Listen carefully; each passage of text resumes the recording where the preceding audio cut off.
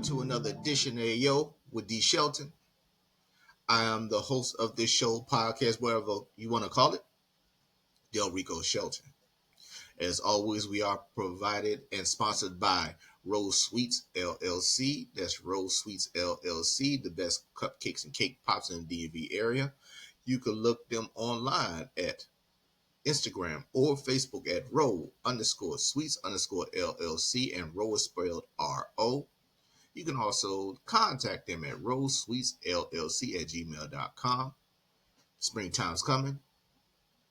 Valentine's Day is coming.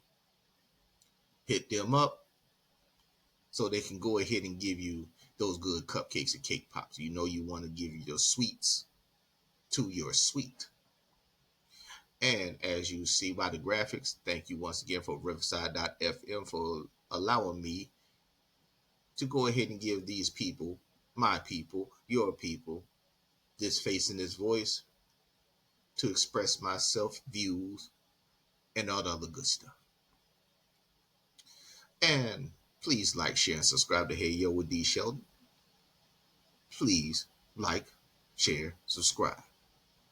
Hit that little bell to be notified of all of my content, because it may be coming fast and furious real soon. How y'all feel? You good?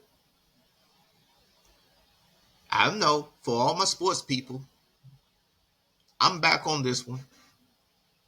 You know why? Because our Super Bowl matchup is now set. It will be the Kansas City Chiefs versus the Philadelphia Eagles. Kansas City's going for a three-peat. Philadelphia's trying to stop it. And Philadelphia, this is a rematch of basically 2 years ago, of when the Kansas City Chiefs beat the Philadelphia Eagles. I'm excited about this game. My gut and head is telling me we're about to have the first three-peat ever in the NFL. I might change my mind once I look at more film, because both teams have weaknesses that the other team can exploit.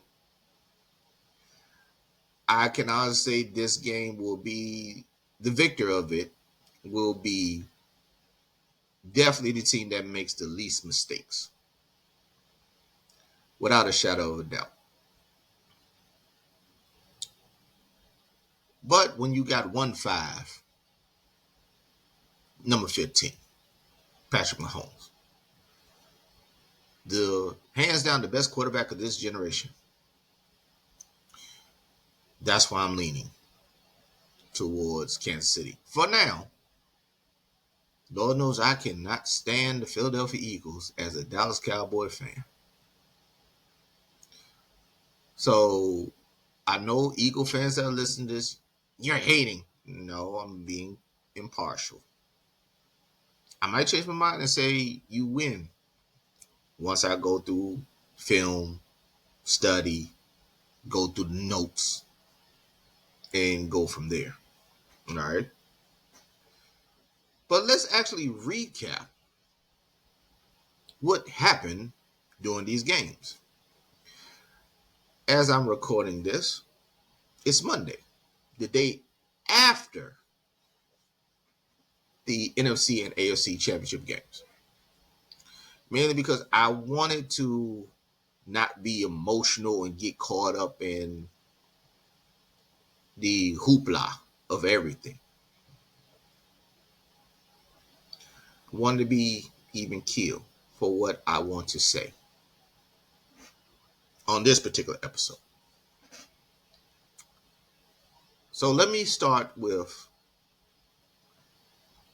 the game that I kind of knew was going to happen, but I had to see.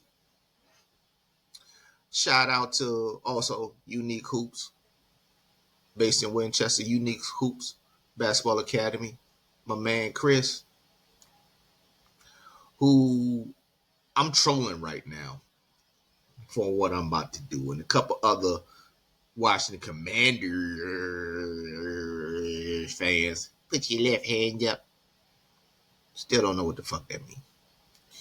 I'm trolling right now because I have not said anything for 2 years, basically maybe more, about the Washington football franchise. And for those that are listening to me for the first time ever, I am a die-hard Dallas Cowboy fan. For now, I might be a free agent depending on the situation that I'm going to talk about later on. But I have been bombarded all season long, basically after week 4, with Washington Commanders bull caca. And I have been on this podcast, even though I troll a little bit, I have to be impartial and say what I see. And everything came to a head starting time of 3 o'clock p.m. at Lincoln Financial Field in Philadelphia, Pennsylvania, where the Philadelphia Eagles destroyed the Washington Commanders 55-23. Yes, let me say it again. The Philadelphia Eagles destroyed the Washington Commanders 55-23. They put up a double nickel. If I recall correctly, that is the most points ever scored in an NFC or AFC championship game since the merger. You know, the good old AFL and NFL merger. I want to say it's 1970. I want to say.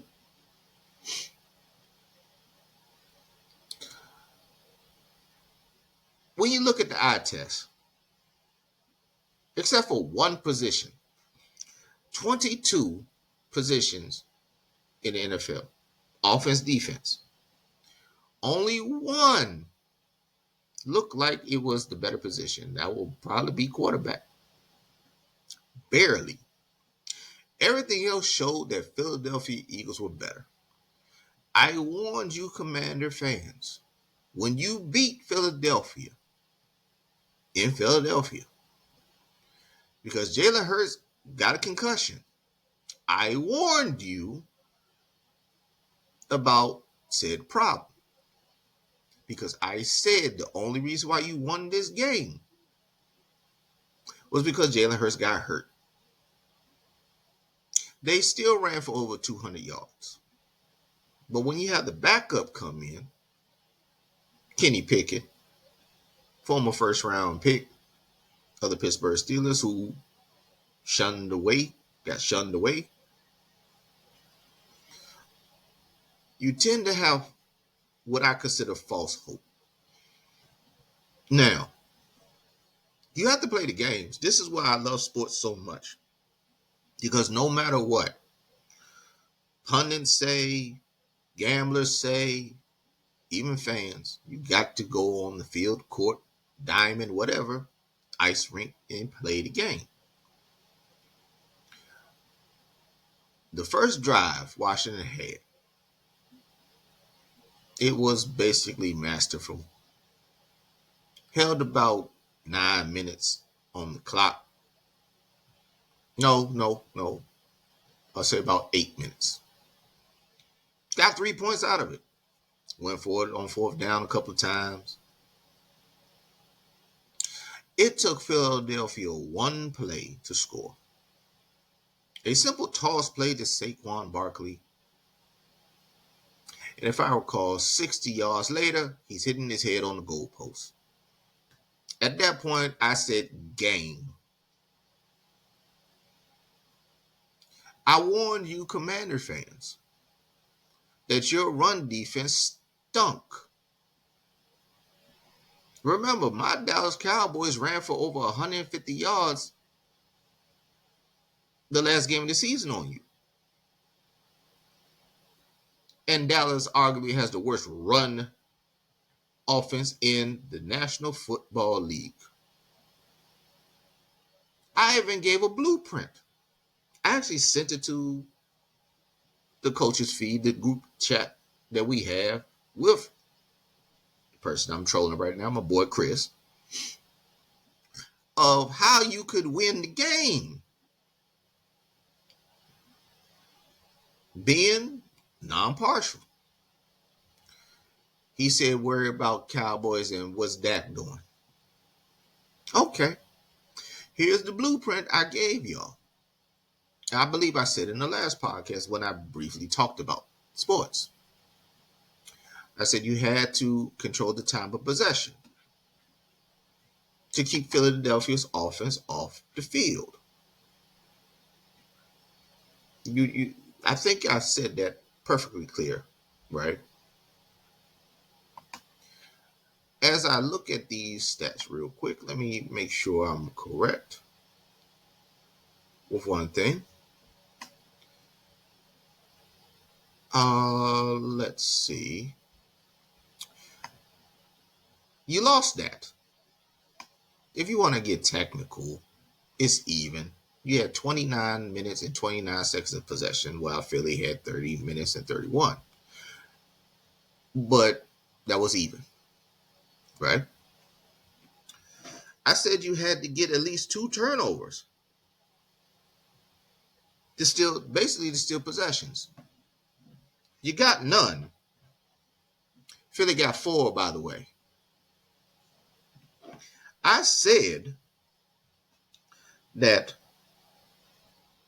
your tight ends, Zach Ertz, as I'm checking something to make sure I'm correct with what I sent out. I said Zach Ertz and Bates would eat against the Philadelphia Eagles because the Eagles are very weak against tight ends, right? If I recall, let me go here. I want to say Zach Ertz had like 12 catches. Let me make sure I'm right. Want to make sure because I don't want to shortchange nobody on this. Oh, Zach Ertz had 11 catches, my bad, for 104 yards. So he ate. And the one other thing I said, Mr. Jalen Hurts will have to beat you. I said Saquon could not get over 100 yards. And I said, remember, A.J. Brown's not happy. Not only did Saquon get over 100, by the way, Saquon Barkley rushed for 15 times for 118 yards and 3 touchdowns. Not to mention the first play from Philadelphia, period. The first play from scrimmage, period, for Philadelphia. Toss play, like I said, 60 yards later, he's hitting his head off the goalpost. So let me just do some basic math to make sure I'm correct in what I'm about to say. 118 yards divided by 15. Let's go here. Saquon Barkley averaged 7.86 yards a carry. Basically, if you want to round it off, say 8 yards a carry. Now, Jalen Hurts, because of Saquon's efficiency, you had to come up. And I knew that Jalen Hurts, you're going to have to make Jalen Hurts speed up his clock. And there was a couple times that he actually had A.J. Brown and Devontae Smith open, but he held on and he got sacked 2 times. But Jalen Hurts was very efficient. 20 for 28 for 246 yards, 1 touchdown. But Jalen Hurts ran for 3 touchdowns. Wow. And I know what y'all gonna say, Commanders fans and everybody. Well, Jaden Daniels had a good game. He did. But let me give you something that I don't think y'all want to hear. Jaden Daniels was 29 for 48 for 255 yards, one touchdown, one pick. He was sacked 3 times. He was harassed constant other times. Because once again, I told y'all, eventually everybody gets film.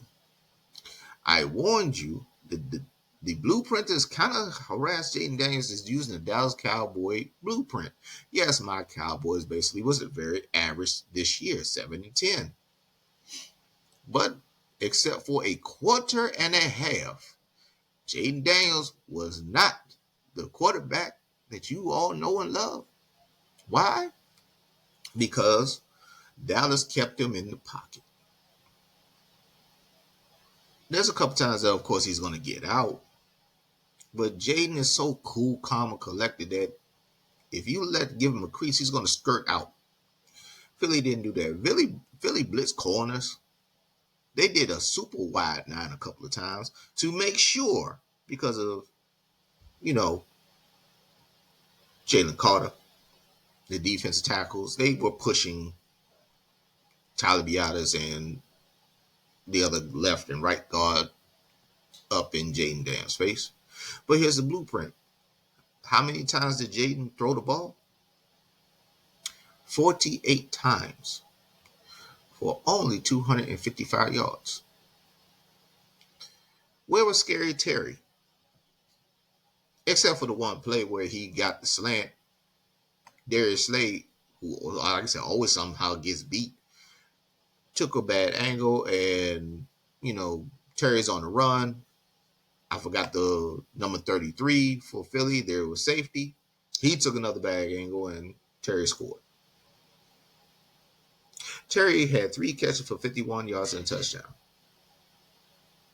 The longest that 36-yard slant that I told you about. De'Ami Brown, who, like I said, was an okay player. But you all swore up and down he's cool. Well, he had 3 catches for 42 yards. Zacharias, whatever his name is, 4 catches, 26 yards. You see, this is something I flicked off a little bit because I went back and trolled because I remember everything. Washington. I remember everything. Every text, every snarky remark, all that.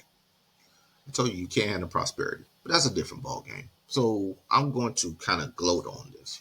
Let me reiterate. You faced 7 backup quarterbacks this year. 2 of which was my Cowboys. One of them beat you. The other one should have beat you. Trey Lance, Cooper Rush. You faced 7.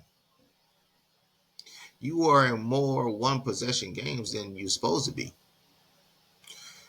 And there's so many times that the opposition's defense helped you by not being disciplined, knowing the play is coming from Jalen Hurts. Like I explained to Chris and a couple others, I know what Cliff Kingsbury is going to call. Whenever they see that 4 wide set, 2 on one side, 2 on the other, and they're wide, Washington's running the ball. Philly knew that. That didn't work. The jailbreak screen, it didn't work. Philly knew it coming. See, Philly plays a shell defense. It's very, very simple. So they're going like, okay, you're going to have to dink and dunk this, and Philadelphia swarms to the ball. This is why statistically they're the number 1 defense in the league. Nothing deep, nothing cheap, except for the Terry McLaurin score. It was very cheap.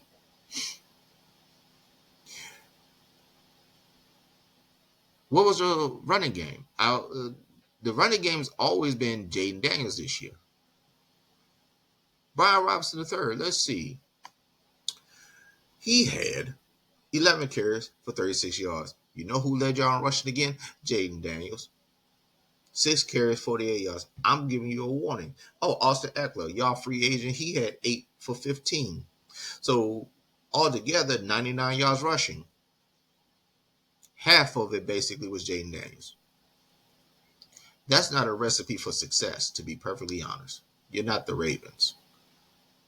And even when Lamar was running before he got Derrick Henry, the Baltimore Ravens had decent running backs, so it balanced itself out.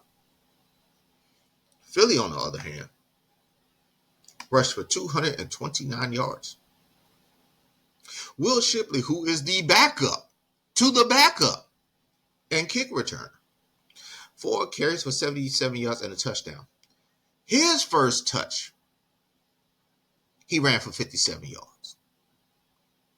And truthfully, if he didn't look back and cover up the ball, he should have scored. But they gave him his touchdown, a couple plays later. Jalen Hurts, 10 carries for 16 yards. Most of those are scrambles, and he just slid. I know what y'all are saying. The refs helped them out. No, they didn't. The fumble that Austin Eckler had, let me explain the rules. This particular rule, because I had to try to explain it in the coach's feed, in the group chat, excuse me. If a fumble occurs, I know what y'all think, the scrums and all that stuff. No. If one player, and it's clear that the refs see this player have the ball, no matter what happens after that, if the player gets touched, it's dead. I forgot the Philadelphia player's name, but he scooped it, kind of cradled it. It's underneath his body. He has it. Tyler Biadasz, the center that came from Dallas, by the way, that y'all got. You welcome. He dives on him. Refs in there, play is dead because possession is clear. And he pretty much wrestles the ball out. It's too late at that point. This is not a scrum. The scrum happened after Tyler got it, but no, it's already done. It's dead. The ball is dead. The play is over. 1 of 4 turnovers. You see, it's amazing to me that you bragged against Detroit getting 5 and you only won by 14. So the eye test also showed that Detroit was better than you. Detroit fucked up. 5 turnovers. You won by 14. Philly gets 4 turnovers. They win by, 28?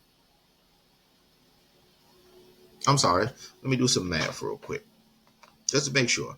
Let me grab the little phone calculator. 55 minus 23. Oh, they won by 32. My fault. Well, if they didn't have the turnovers, let's say all 4 turnovers were touchdowns. 55 minus 28. That's 27 to 23. You still lose.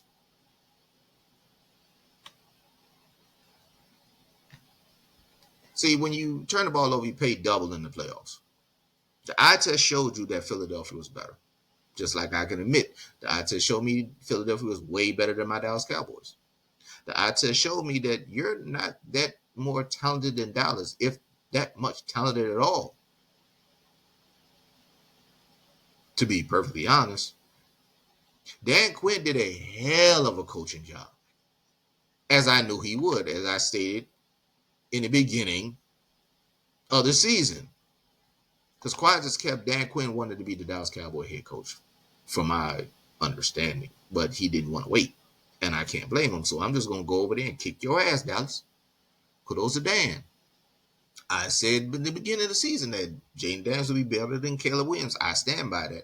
I watched Jaden for 4 years. Arizona State to LSU. So I already knew what this young man's capable of. Cool, calm, collected. You have your congratulations. You got your quarterback. But here's my warning to you before I go to the next game. Do not run Jaden Daniels like you did this year. If not, you're going to get him killed. Once again, they have now 20 games of film They know that besides Terry, there's no one on offense. Besides Terry and Zach Ertz, there's no one on Washington offense that scares him. The Washington offensive line is good, it's cool, but a lot of that was hidden by Jaden. Unlike Philadelphia's offense, who just bullies you as they did today. So, and I also sent in the group chat your next schedule, barring the dates, because it's going to be announced. So let me kind of break down your schedule. And I know y'all say, why are you worried about us? No, because you constantly bombard me and I say nothing. So here we go. Here's your away games. At Atlanta, Michael Penix Jr. will be better. And you barely won that game. And that was the second start. Watch it. At Dallas, at Green Bay, don't let that game be in November or December. At Kansas City, it doesn't matter what time, how the weather is. Good luck. At the LA Chargers. Now, granted, the Chargers do not have a real home field, but John Harbaugh can coach his ass off. At Miami, Tyreek. At Minnesota. Now, that's a question mark because we don't know about Sam Darnold, but let's be real, Minnesota's better. At New York Giants, I ain't saying nothing bad. At Philadelphia, that's the normal.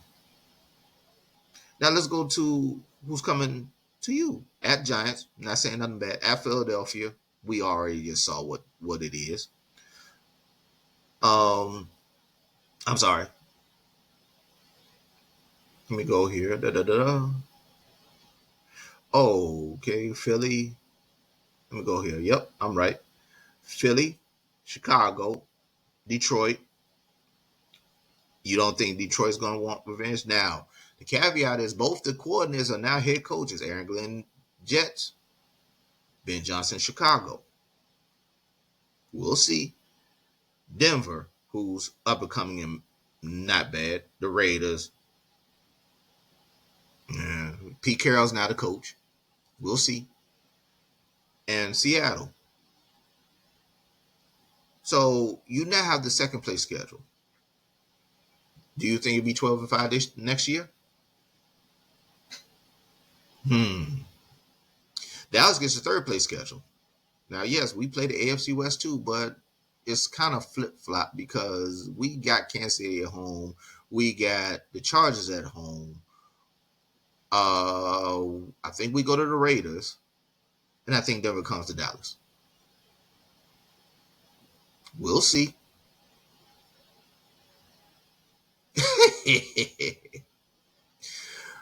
You got 55 placed on you. Put your left hand up. Overall, you had a good season, a great season. And I know the biggest thing, we got farther than you. What are you, 6? There's 31 teams that are losers. Only one winner. You didn't even win the division. So you can't even hoist that banner up. Philly got that. Don't come with that little 5-6-year-old thing. We got farther than you know. You're at home. You're at home right now. Getting the hefty trash bag. It just, the only difference is that Dallas had a head start. And speaking of starting, it's basically, why am I saying start? If Kansas City wins the Super Bowl, they're a dynasty. They'll be the first team ever to be a three-peat. Because the Kansas City Chiefs beat the Buffalo Bills again, 32-29. Patrick Mahomes is on his way to becoming the GOAT. He already has 3 rings. And if he gets this one, ooh, Let me say this. Even though Tom Brady got 3 Super Bowls, what, in 4 years, just like my Cowboys did in the '90s, it took him a decade to get another one. No quarterback's ever had the start that Patrick Mahomes has ever had. He doesn't know anything but the AFC Championship game, at least. And for some reason, when them bright lights come on, just like any other great quarterback, he's going to make the correct play at the correct time. Not to mention, he has one of the greatest, if not arguably the greatest play caller ever in Andy Reid, who's right now probably cooking up something to torch the Philadelphia defense. Patrick Mahomes, as I told one of my boys a long time ago, he is the greatest talent I have ever seen at the quarterback position. And I remember that conversation vividly. He said, "You say he's the best?" No, I say he's the most talented I've ever seen. Every throw can make, every arm angle he can make. And he's not fast, but he knows when to use them wheels. Patrick Mahomes was 18 for 26, 245 yards, 1 touchdown, was sacked twice. His counterpart, who cannot beat him during the playoffs. Fuck the regular season. Buffalo can beat them in the regular season. Well, when the playoff time, he can't beat them. Josh Allen was 22 of 34, 237 yards, 2 touchdowns. He was sacked twice. It's when you make the plays. I don't think anything that Josh Allen could have done. Hell, when the greatest divisional round playoff game, that was his coming out party. What more could he have done? Buffalo just can't beat Kansas City in the playoffs. They just can't. I think if Baltimore, when the eye test showed me who was better, Baltimore was better than Buffalo, but Baltimore had 3 turnovers. Fumble by Lamar, pick by Lamar, fumble by Mark Andrews, crucial drop by 2-point conversion Mark Andrews. Remember, they only lost by what? 2? Do I think Baltimore could have beat this Kansas City Chiefs team? They're the only team I think that actually could have. Not discrediting Buffalo at all, because Buffalo played their ass off. They just can't beat them. Patrick Mahomes, he ran, you know, for what? I want to say he ran for a touchdown. No, sorry, 2 touchdowns. Damn. Kareem Hunt, 17 for 64. He had a touchdown. Whereas on the flip side, James Cook played a great game. 13 carries for Buffalo, 85 yards, 2 touchdowns. Josh Allen, 11 carries, 39 yards. Kind of was held in check. Spags is probably the greatest, besides Belichick, the greatest defensive coordinator ever. Hey, remember I said Belichick. Because Belichick was orchestrator of 2 New York Giants championships. 2. His game plan against the Buffalo Bills in that Super Bowl is in the Hall of Fame. When you ever seen a game plan in the Hall of Fame? But Spags got to be number 2 greatest defensive assistant of all time. He dialed up pressure when most people won't. That corner blitz, that nickel blitz, pretty much when Josh had to throw it up, that was brilliant. Because no one's expecting it. And it's so wide that corner comes underneath because the tackle has to take the end. Josh has no shot but to roll. And when he's trying to roll, everybody's coming at that point. He has no choice but to throw that joint up. Josh Allen has nothing to be sorry for, but he just can't beat Patrick Mahomes. I'm at this point, you have to, Ric Flair has a saying. To be the man, you got to beat the man. You have to beat Kansas City. You can't you can't hope to just you can't hope for them to lose. You got to beat them. I am a firm believer if you do not have Kansas City by at least 13 points with 3 minutes left to go in the game, if you get 1-5 the ball, you got a problem. You have to have at least a 2 possession game. And it can't be 10 points. I'm talking it's got to be at least 12. So you got to make him get 2 touchdowns. Otherwise, Patrick Mahomes is going to beat you in the playoffs. It's going to happen. Look, and the beautiful thing that people do not understand with Kansas City is not a stat-based team. They're not. Travis Kelce is getting a little long in the tooth. And he's supposedly the number one.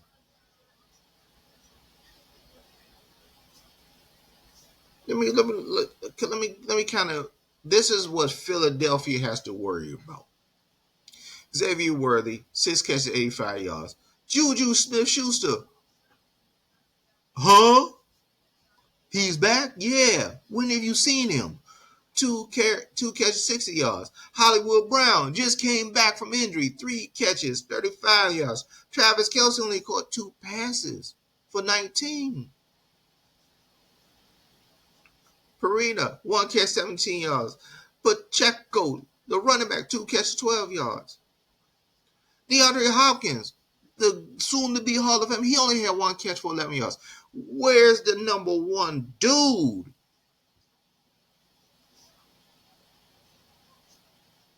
You don't see him. And Perine, his only catch was the icebreaker, the coup de grace, the coffin maker, the nail in the coffin. And it's a beautiful play called by Andy Reid. Trips to the left, double slant, 1 post/go. And Perine goes through the line of scrimmage. And by the way, the linebacker/safety, number 43, who was in man coverage, he gets caught in all the junk because of the slants. Patrick hits him, first down, game, set, match. We're going home. That's the difference. They're not a stat-based team. They don't care who gets the credit, who gets the catches.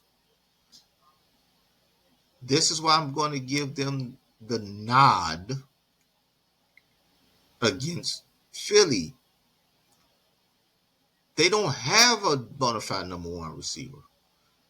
Travis Kelce, yeah, but I just showed you Travis Kelce only caught 2 passes. And Philadelphia, once again, is weak against tight ends. Oh, it's going to be a great game. It's going to be a great game.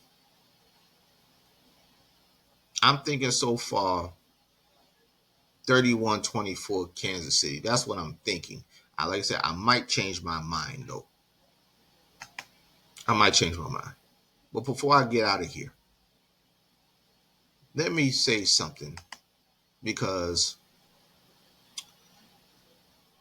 my Dallas Cowboys, who I'm actually debating, should I become a free agent if I see a certain person come on the staff.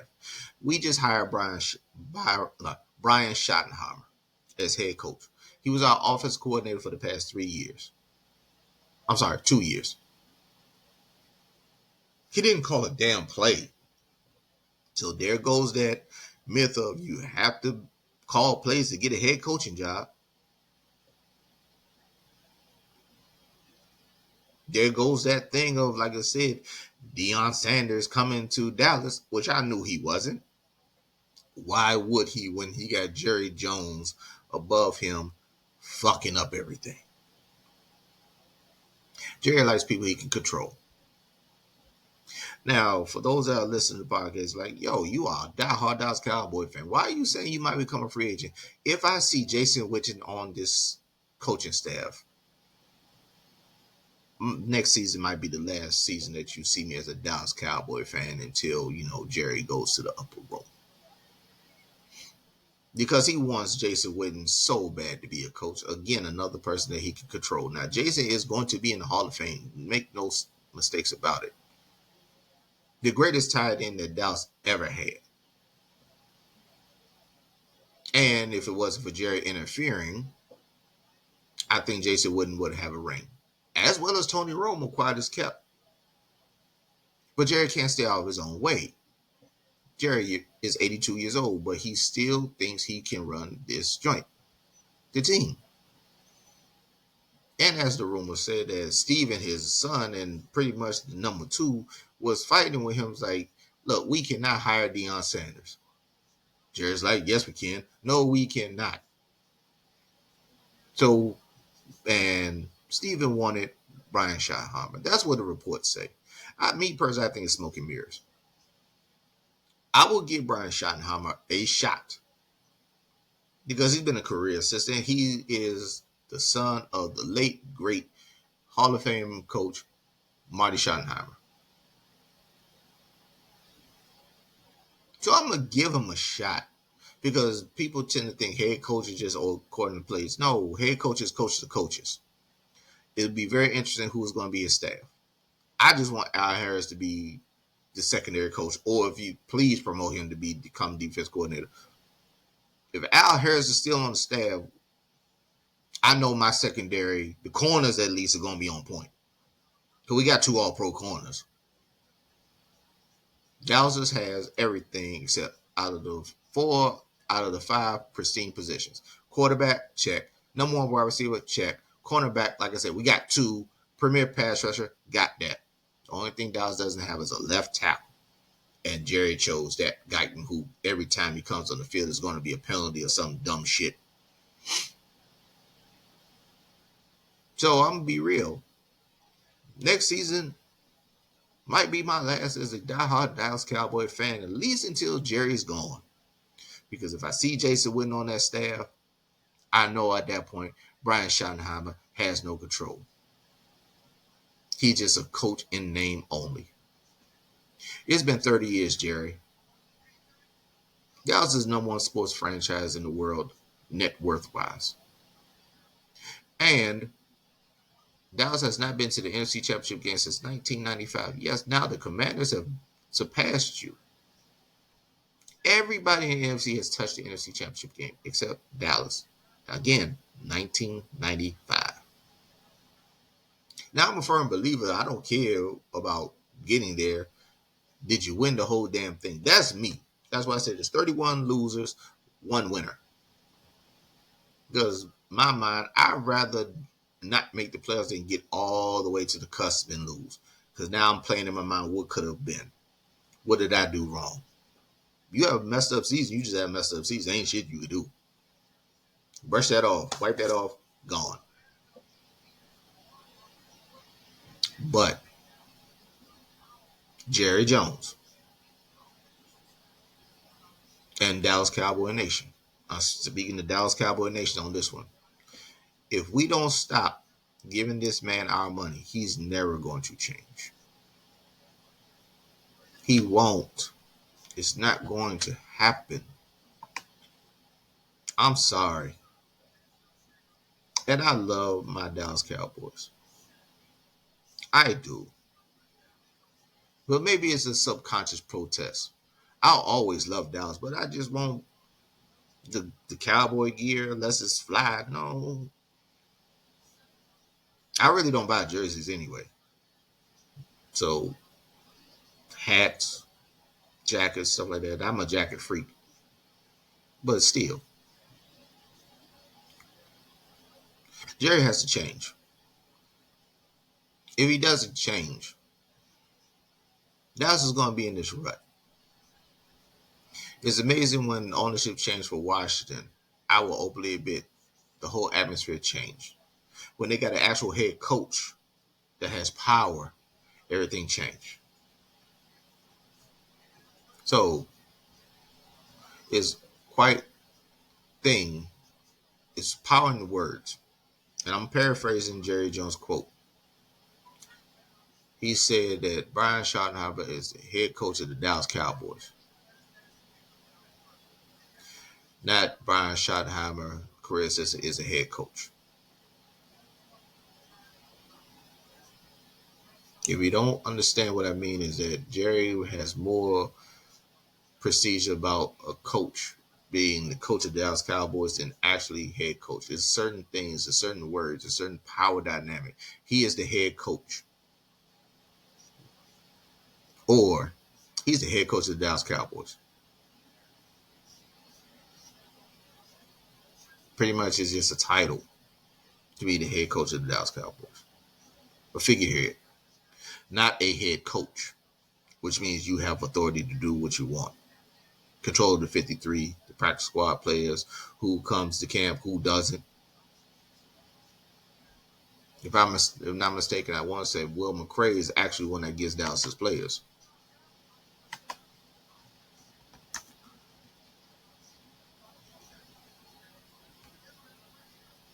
Let me see. I'm trying to before I get out here.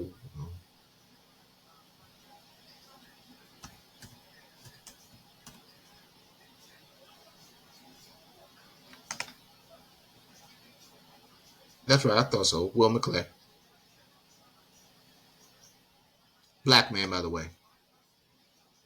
He's the one that gets Dallas's players. He is the Cowboys personnel department. He's the one. It's not Jerry. He's the one that got Dak Prescott, not Jerry. CD Lamb fell into Dallas's lap. Jerry didn't do nothing special. Zach Martin, yeah, that was Will McClay. Excuse me, Will McCray, excuse me. You see what I'm getting at? Jerry has this facade of him doing everything. Because I will admit, Jerry's a narcissist. But until things change and Jerry finally lets a coach be a coach and he gives up this power of being the owner. See, when you see Jerry Jones and yes, Jerry's in the Hall of Fame. I think the NFL brass said, let's just get his ass in as a contributor. More another ego boost, by the way. I think Jerry, when you see the title, owner, president, and general manager, that should tell you all you should say about a man.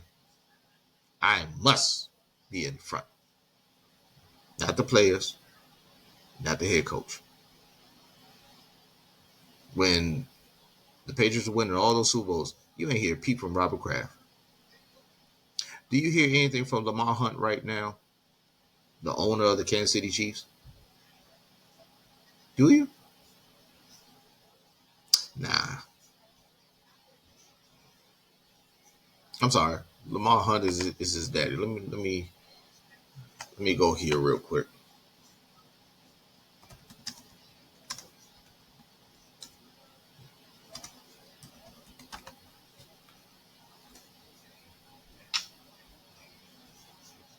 Clark, I'm sorry. I apologize, late great Lamar Hunt. Clark Hunt, owner of the Kansas City Chiefs. You hear people of him do this historic run Kansas City has? No, you don't. That should tell you something. And what I'm about to tell you is I'm about to leave. I enjoy talking to y'all this one. I'm glad to talk sports once. So, as always, We are sponsored by Rose Sweets LLC. That's Rose Sweets LLC, the best cupcakes and cake pops in the DMV area, small base business out of Southern Maryland. You can find them at row_sweets_LLC on Facebook and Instagram, and Rose spelled RO. You can also contact them at rosesweetsllc at gmail.com if you're in the DMV area. Also, once again, thank you for Riverside.fm for letting me show this face and give you this voice for this platform through Spotify, Apple, and iHeartRadio. Please like, share, and subscribe to Hey Yo with D Shelton. Like, share, subscribe. Those beautiful words. Like, share, subscribe. Hit that bell for notifications of when I'm speaking to you. Because it's going to be a lot of speaking. Definitely for 4 years, but now I'll do a podcast on that in a little bit. I'll see y'all later. I'm out. And as I always tell y'all every single time I leave y'all, may Father and the ancestors take care of you, your loved ones, and anybody else that you care about. I see y'all when I see y'all. Peace.